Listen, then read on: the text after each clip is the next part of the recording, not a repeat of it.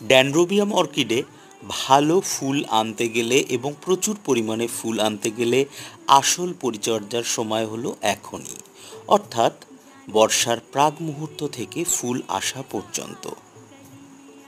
এই সময় প্রত্যেক 7 থেকে 10 দিনের মাথায় আমাদেরকে বিশেষভাবে এর যত্ন নিতে হবে।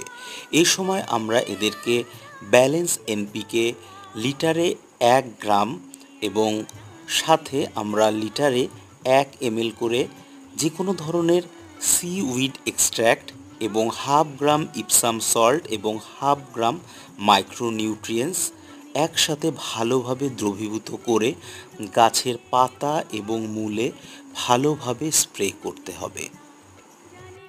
আপনারা চাইলে এর সাথে অ্যান্টিফাঙ্গালও ইউজ করতে পারেন, তবে বর্ষার সময় অন্তত 15 দিনে একবার অ্যান্টিফাঙ্গাল ব্যবহার করা